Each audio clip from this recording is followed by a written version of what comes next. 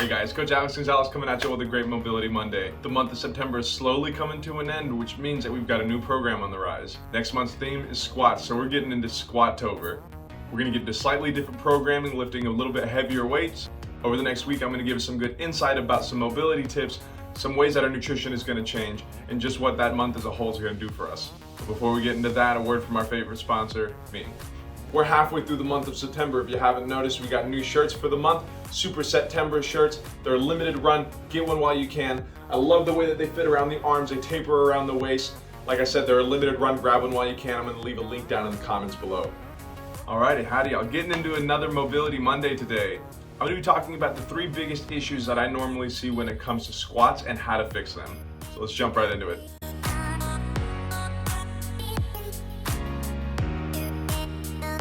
Alright, so like I said, today we're tackling the 3 biggest issues that I normally see with squats. Now the biggest main issue that I see is going to be an anterior tilt in the hips. Now this is normally caused by either a weakened core or really tight low back and glutes. Obviously it's going to have an impact on how much weight we can lift, but also puts a lot of stress into our low back. And note, before you ask, pain in your low back is not normal during a squat. I'm going to show us a really good way to get into each of those here in a second. The second most common one that I see is going to be an over posterior tilt. So now if that anterior tilt is looking like this, then a posterior tilt is going to be looking like this. I always like to imagine that the hips are a bucket filled with water. We don't want to be in this anterior tilt and spill all that water forward, and we also don't want to be in this posterior tilt and spill that water back.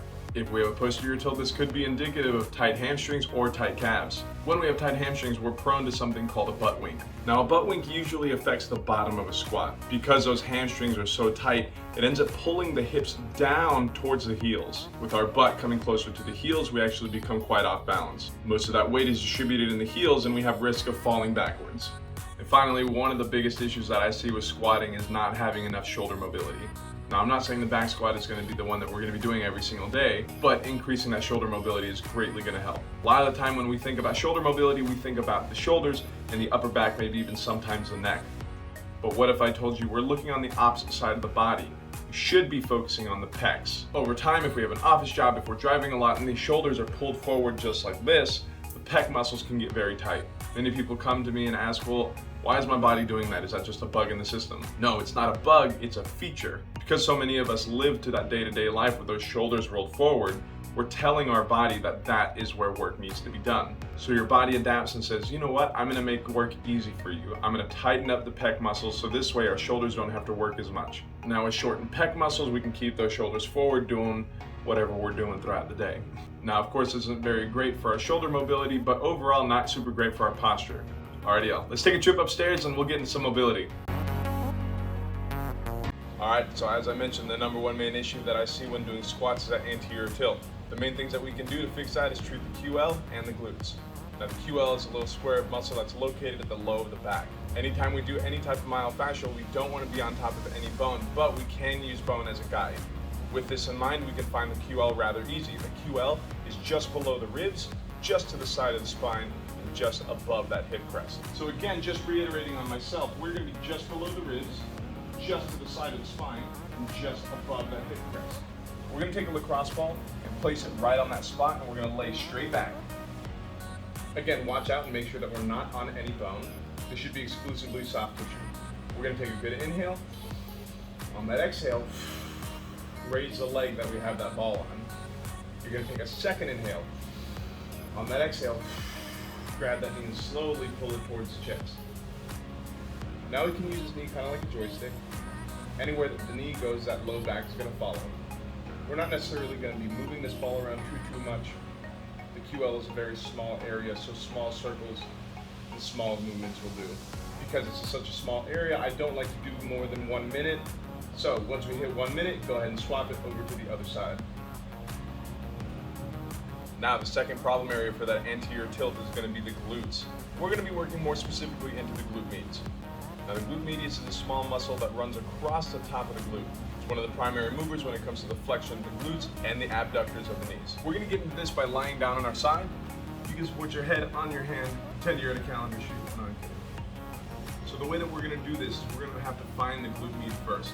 Really easy way to do that, take out your thumb, place it right at the front of the hip bone. Notice we are in the front of the hip, not on the side, not on the back, the front of the hip. 2 fingers out, swivel around, right onto that soft tissue right behind the head of the femur. Now take that thumb, and we're gonna find a couple of spots that might be a little bit tender. So there's one. Once we find a spot, put a good amount of pressure into there. We're gonna raise this top leg up and back. Now we're gonna angle that toe down as we slowly take that foot towards the ground. Reset the foot, coming straight back and up, tilt the toe down, and come straight down. Again, reset, come up and back, tilt the toe down, and go down towards the ground. We're gonna wanna repeat this about 5 times per area, finding about 3 areas per side. Remember, everything we do to one side, we gotta do to the other, so go ahead, flip it over, get into the other side. All right, so the next issue at hand is gonna be that posterior tilt. Again, with this posterior tilt, sometimes we can come down and we have a little bit of that butt wing, which drops us over to the heels and makes us off balance. A lot of the time that has to do with tight hamstrings. The way that we're gonna be getting into this, you're gonna wanna find a seat.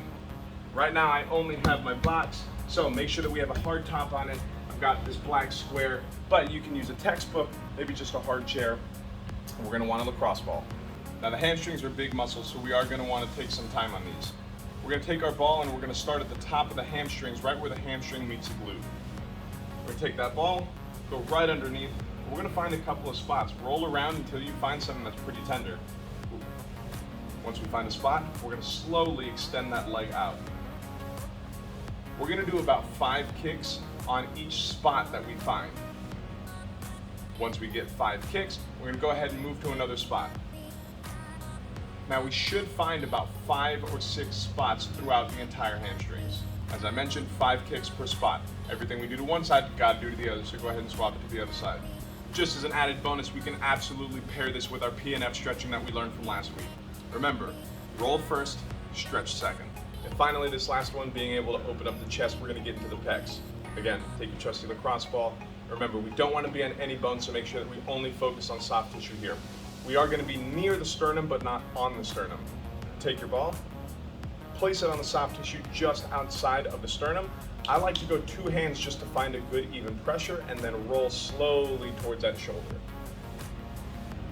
Always remember, seek and destroy. I think of this somewhat like a submarine radar. So we're scanning the area, and once we get that blip, or once we find that place that's a little tender, we're gonna seek and destroy. Sit on it, 20, 30 seconds, small circles. You should feel that pain kind of dissipate. We're gonna go about 2 minutes on each side.